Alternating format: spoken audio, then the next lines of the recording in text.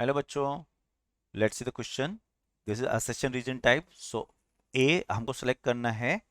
If both assertion reason are true, reason is correct explanation of assertion. हमें B select करना है. If both are correct but correct explanation of assertion, reason is not correct explanation of assertion.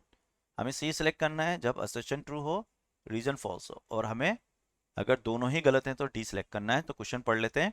White light is used in YDSC.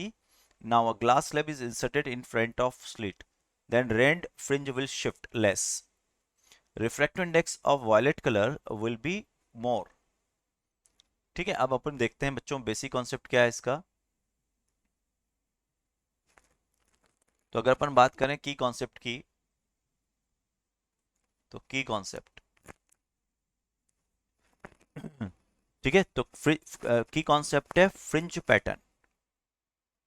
Fringe pattern due to a white light. Due to a what? White light. और दूसरा, ये तो पहला concept हो गया. दूसरा क्या है? In the presence of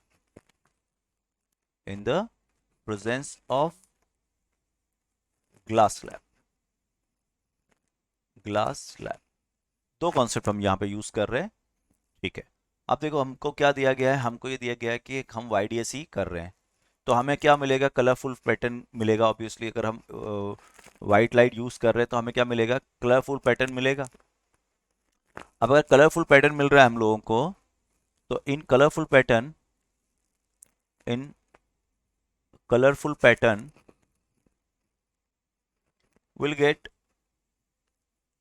will get central as a white color. will get central maxima as a white color.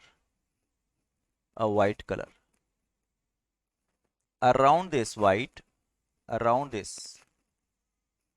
we get violet maxima nearest and red farthest. यहां तक ठीक है. अब अपन क्या कर रहे हैं? अपन एक ग्लास स्लैब यूज कर रहे हैं. तो if you use a glass slab, अगर हम एक ग्लास स्लैब यूज कर रहे हैं बच्चों, तो ग्लास स्लैब यूज करने पे क्या होगा?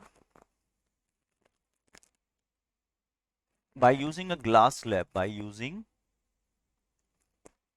Slab, total pattern will shift.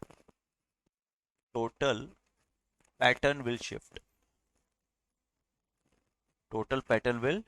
shift. Equally. पूरा पैटर्न इक्वली शिफ्ट होगा.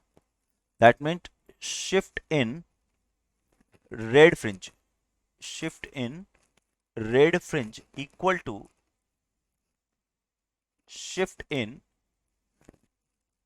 Blue fringe.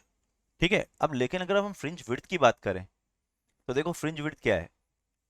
अगर हम फ्रिंज विड्थ की बात करें, तो फ्रिंज विड्थ क्या है? But beta is equal to lambda capital D by small d.